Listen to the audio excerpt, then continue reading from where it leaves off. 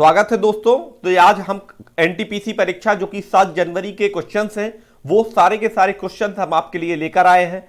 तो आपके सामने क्वेश्चन नंबर 1 है, 2021 का ओलंपिक खेल कहां पर होगा। देखिए बहुत से आसान क्वेश्चन आए हैं, कुछ क्वेश्चन टफ भी हैं, तो हर तरह के क्वेश्चन का मिक्सअप है। तो मैं आपको सारे के सारे क्वेश्चंस आपको बताऊंगा कि इन क्वेश्चंस को करना कैसे है और सारे क्वेश्चंस आपके सामने आ जाएंगे। तो 2021 का ओलंपिक खेल कहां पर होगा, सभी को पता होगा, टोक्यो जापान में होगा। अब देखने वाला यह है कि कोरोना के कारण जो नया स्ट्रिंग आया है कोरोना का, इसके कारण खेल हो पाते हैं या नहीं, ये देखने वाली बात है। लेकिन एक क्वेश्चन पूछा गया है ओलंपिक खेल 2021 में, तो इसका राइट आंसर टोक्यो जापान होगा। अगला क्वेश्चन है ओरिजिन ऑफ स्पीसीज, इसके लेखक कौन है। तो ये पुस्तक का नाम है, पुस्तक का नाम क्या है, ओरिजिन ऑफ स्पीसीज। स्पीसीज मतलब प्रजातियां और ओरिजिन माने उनका उद्भव। तो स्पीसीज का उद्भव नामक पुस्तक किसने लिखी है, तो ये लेखक है चार्ल्स डार्विन।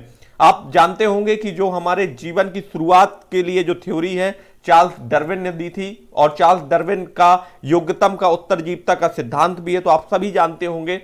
आते हैं क्वेश्चन नंबर 3 पर। क्वेश्चन नंबर 3 है यूनिसेफ का मुख्यालय कहां है। यूनिसेफ जो कि यूनाइटेड नेशन की संस्था है और यूनाइटेड नेशन के वर्तमान चीफ है एंटोनियो गुटेरेस, और यूनिसेफ का हेडक्वार्टर यहां पर पूछा गया है आरआरबी एनटीपीसी परीक्षा में, और यहां पर यूएसए अर्थात यूनाइटेड स्टेट के न्यूयॉर्क शहर में यूनिसेफ का मुख्यालय स्थित है। आते हैं क्वेश्चन नंबर 4 पर। वायु प्रदूषण जो एयर पॉल्यूशन होता है उससे हमारे शरीर के कौन से सिस्टम को सबसे ज्यादा प्रभावित करता है। तो मैं आपको बता दूं कि चूंकि प्रदूषण तो सभी अंगों को सबसे ज्यादा प्रभावित करता है, लेकिन अगर बात करें सबसे पहले और सबसे अधिक अगर कोई प्रभावित होगा वायु के जो कांटेक्ट में सबसे ज्यादा आता है वो आता है श्वसन तंत्र। तो श्वसन तंत्र यहां पर राइट आंसर हो जाएगा। आते क्वेश्चन नंबर 5 पर। क्लोरीन का एटॉमिक नंबर कितना होता है। तो आपको मैं बता दूं कि हमारी जो आवर्त सारणी है इसमें हम देखेंगे कि 17Cl35 ये होता है क्लोरीन का एटॉमिक नंबर। क्या हो जाएगा 17। अगर एटॉमिक मास पूछा होता तो एटॉमिक मास कितना होता 35, तो यहां पर राइट आंसर कितना हो जाएगा 17 यहां पर एटॉमिक नंबर हो जाएगा। और जितने प्रोटॉन होते हैं उतने ही इलेक्ट्रॉन होते हैं और उतना ही एटॉमिक नंबर होता है। आते हैं क्वेश्चन नंबर 6 पर। प्यूमा कंपनी का, प्यूमा का ब्रांड एम्बेसडर कौन है। तो आपको ये बताना है कौन है ब्रांड एम्बेसडर। तो ये बहुत ही फेमस पर्सनालिटी है, इनका नाम है करीना कपूर खान, जो सैफ अली की वाइफ है, करीना कपूर खान। आते क्वेश्चन नंबर 7 पर। आईएनसी की पहले मुस्लिम अध्यक्ष कौन है। आपको मैं बता दूं आईएनसी अर्थात इंडियन नेशनल कांग्रेस, और इसके पहले मुस्लिम अध्यक्ष कौन है, बदरुद्दीन तैयब जी। बदरुद्दीन तैयब जी पहले मुस्लिम अध्यक्ष के रूप में जाने जाते हैं। आते हैं क्वेश्चन नंबर 8 पर। नॉन कॉरपोरेशन मूवमेंट कब शुरू हुआ। नॉन कॉरपोरेशन मतलब यहां पर असहयोग आंदोलन, जिसमें सरकार के किसी भी गतिविधि में सहयोग ना करने का जो गांधी जी के नेतृत्व में ये मूवमेंट हुआ था, और ये 1920 में शुरू हुआ था। और ये भी क्वेश्चन पूछा गया था कि ये वापस क्यों ले लिया गया था, तो चौरी चौरा की घटना के कारण इसको वापस ले लिया गया था। ये क्वेश्चन भी पूछा गया है। क्वेश्चन नंबर 9 है पहला परमाणु परीक्षण कब हुआ था। तो पहला परमाणु परीक्षण कब हुआ, 18 मई 1974 को पहला परमाणु परीक्षण हुआ था। ये राइट आंसर हो जाएगा, ये डेट याद रखिएगा। Question number 10। तानसेन का मकबरा कहां स्थित है। तो तानसेन का मकबरा मध्य प्रदेश के ग्वालियर में स्थित है। तानसेन कौन थे, तो तानसेन अकबर के 9 रत्नों में से एक थे। यहां पर राइट आंसर हो जाएगा हमारा।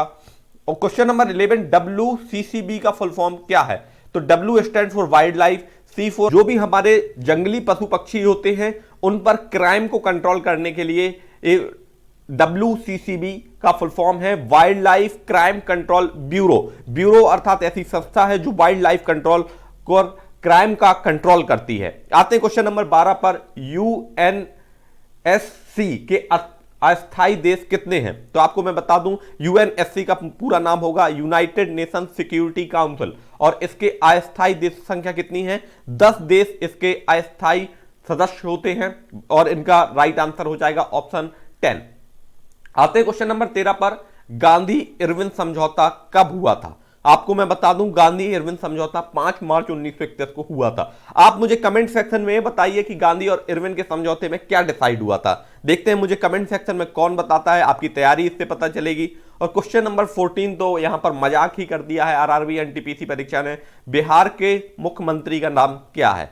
तो ये तो बिल्कुल मजाक है, लेकिन आपको मैं बता दूं कि एक क्वेश्चन इतने आसान आते हैं तो इसका मतलब है आपको किसी भी क्वेश्चन में अटक के नहीं रह जाना है, क्योंकि हो सकता है आगे वाला क्वेश्चन बहुत ही आसान हो, आपको फ्री के नंबर देके जाए। तो आपको ये होता है टाइम मैनेजमेंट, आपको अपनी परीक्षा में टाइम मैनेजमेंट रखेंगे तो आपके नंबर आएंगे। आते हैं नेक्स्ट क्वेश्चन पर। क्वेश्चन नंबर 15 है, रामनाथ कोविंद जो हमारे वर्तमान राष्ट्रपति हैं वो भारत के कौन से वे राष्ट्रपति हैं? तो यहां पर राइट आंसर आप देख पा रहे होंगे, 14वें हमारे भारत के राष्ट्रपति हैं, और इनको यहां पर मैं बता दूं भारत के बुंदेलखंड स्थान से बिलोंग करते हैं। क्वेश्चन नंबर 16 से हम बात करें, 2023 का एशिया कप फुटबॉल टूर्नामेंट कहां पर आयोजित होगा? तो यहां पर मैं बताऊं कि 2023 का Asia cup football tournament China अर्थात चीन में होगा। अब चीन की वर्तमान कंडीशन कोरोना वायरस के कारण तो बहुत ही ज्यादा फदियत हो रखी है, देखते हैं क्या होता है। क्वेश्चन नंबर 17 पर आते हैं, झारखंड की राज्यपाल का नाम क्या है? तो आपको मैं बता दूं कि इनका नाम राष्ट्रपति के चुनाव में भी दौड़ में था, और ये इनका नाम है द्रौपदी मुर्मू। अजंता की गुफाएं कहां स्थित हैं? तो अजंता की गुफाएं स्थित हैं महाराष्ट्र में, महाराष्ट्र में अजंता की गुफाएं स्थित हैं। आते हैं क्वेश्चन नंबर 19 पर, NEFT जिसका पूरा नाम क्या है? National electronic fund transfer. अब इसका यूज क्या होता है, क्यों ये इंपॉर्टेंट है? क्योंकि जब भी हम किसी को पैसा भेजते हैं तो पैसा एक NEFT कोड के माध्यम से दूसरे के अकाउंट में ट्रांसफर किया जाता है। इस प्रकार से RBI NEFT का गवर्न करता है और पूरा नाम हो जाएगा नेशनल इलेक्ट्रॉनिक फंड ट्रांसफर।